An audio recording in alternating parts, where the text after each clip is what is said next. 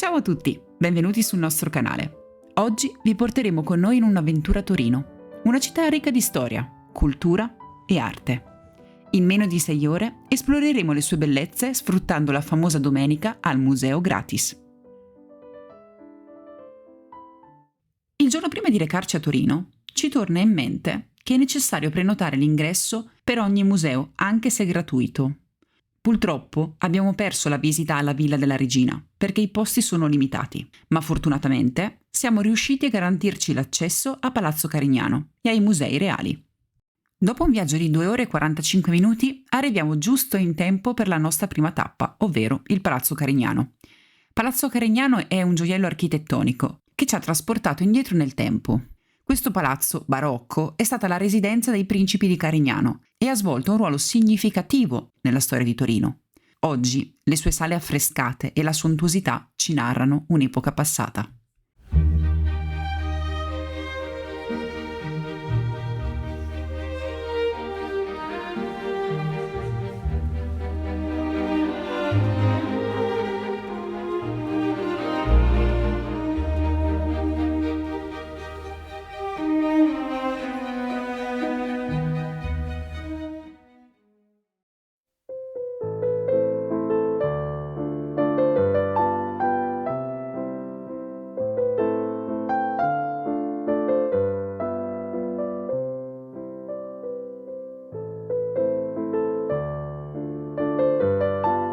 Dopo la prima visita al museo, ci concediamo una lunga ed esplorativa passeggiata nel centro storico, andando a Zonzo. Capitiamo così sotto i portici di Via Po, dove accidentalmente incappiamo in uno dei 4 punti della torteria Berlica Barbis, che in piemontese significa leccarsi i baffi. Qui potrete gustare una fetta di torta e accompagnare il tutto con una tazza di tè caldo o freddo. Inutile ricordarvi che Torino è la patria del gianduiotto. Questa piacevole passeggiata ci ha condotto sotto la maestosa Mole Antonelliana, tappa ovviamente obbligatoria. Tuttavia fotografarsi insieme a lei è stato un compito abbastanza complesso. La stretta strada è molto frequentata e la mole è veramente grande, alta. Inoltre, essendo nelle estreme vicinanze, vi consigliamo una visita all'Università di Torino, situata in una delle traverse, per l'appunto Via Verdi. Torino è così, più vi perdete, più scoprite.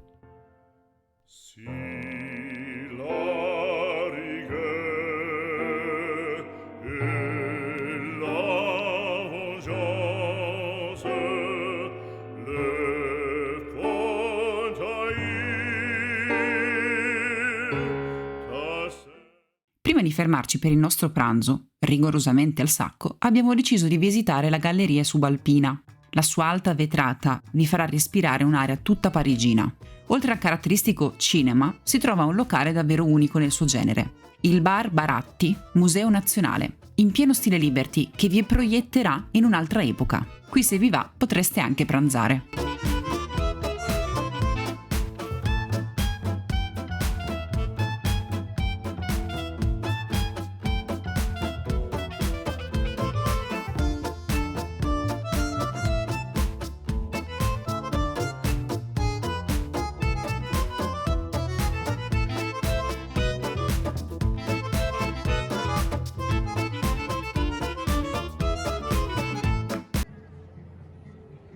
Ma noi, che oggi abbiamo come obiettivo una visita il più possibile low cost in questa città, dobbiamo resistere ad ogni tentazione lungo il cammino.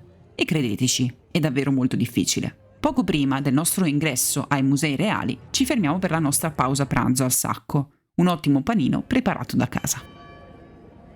Poiché manca ancora più di mezz'ora al nostro ufficiale orario di ingresso ai musei reali, abbiamo deciso di scartare il tradizionale espresso postprandiale per il famigerato Bicerin.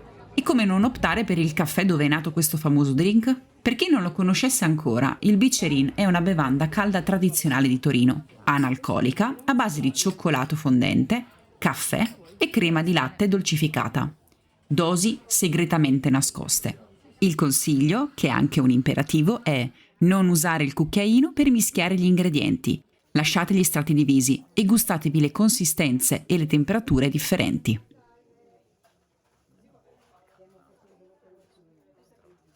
Ed ecco arrivata finalmente l'ora di recarci ai prestigiosi musei reali, situati all'interno del Palazzo Reale. Questo edificio, inizialmente costruito nel XVI secolo, fu la residenza ufficiale dei duchi di Savoia e oggi ospita una vasta collezione di opere d'arte, oggetti storici e reperti archeologici. Questo museo offre un'immersione totale nella storia della dinastia sabauda e della città di Torino.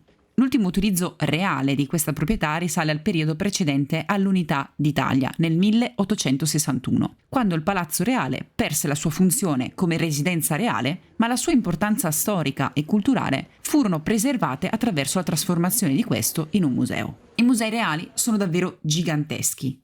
Sempre gratuiti e visitabili i giardini reali, che attualmente in inverno non sono così suggestivi, come invece sono le sale interne, la Galleria Sabauda, le armerie, la Biblioteca Reale, la Cappella della Sacra Sindone. Insomma, per girare tutto questo enorme complesso museale ci vogliono davvero tante ore. Ma noi ve lo consigliamo assolutamente. Domenica gratis o no? C'è da dire che da fuori è tutto abbastanza modesto, queste strutture in mattoni rossi, di per sé l'edificio non è chissà che roba, anche i giardini reali almeno adesso sono abbastanza scarni, ma dentro c'è opulenza totale, opulenza. Per concludere il nostro tour visitiamo la Porta Palatina, passando per il parco archeologico delle Torri Palatine e una veloce comparsata in Piazza della Repubblica, dove sta il mercato della frutta di Porta Palazzo.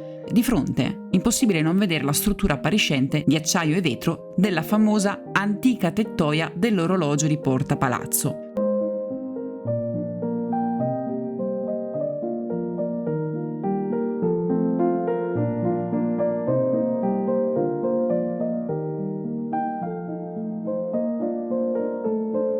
E così la nostra avventura nella Torino quasi gratis si è conclusa. Siamo riusciti a scoprire e condividere con voi una buona parte della sua bellezza, ma resta ancora tantissimo da scoprire. Se avete apprezzato questo viaggio virtuale, lasciate un like, iscrivetevi al canale e attivate le notifiche per non perdere i nostri prossimi video. Ci vediamo alla prossima esplorazione. Ciao ciao!